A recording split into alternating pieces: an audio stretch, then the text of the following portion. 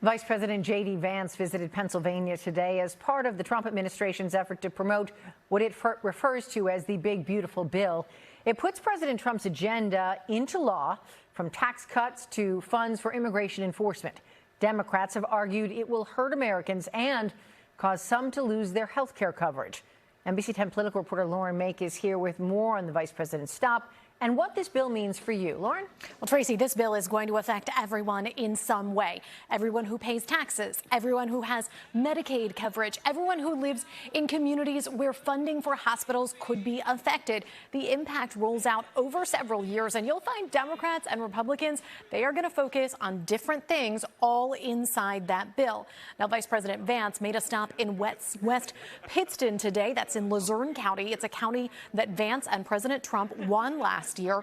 And this was the vice president's first stop promoting this policy bill. It took place at Don's Machine Shop, and Vice President Vance specifically touted a financial benefit for workers in the bill.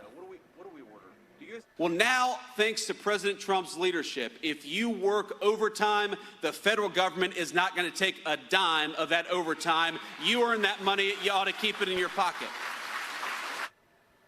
Now, while Vice President Vance is touting the bill on this trip and asked others to do so ahead of the midterm elections next year, Democrats plan to use the bill against Republicans, arguing that there is more that hurts people than helps them in it.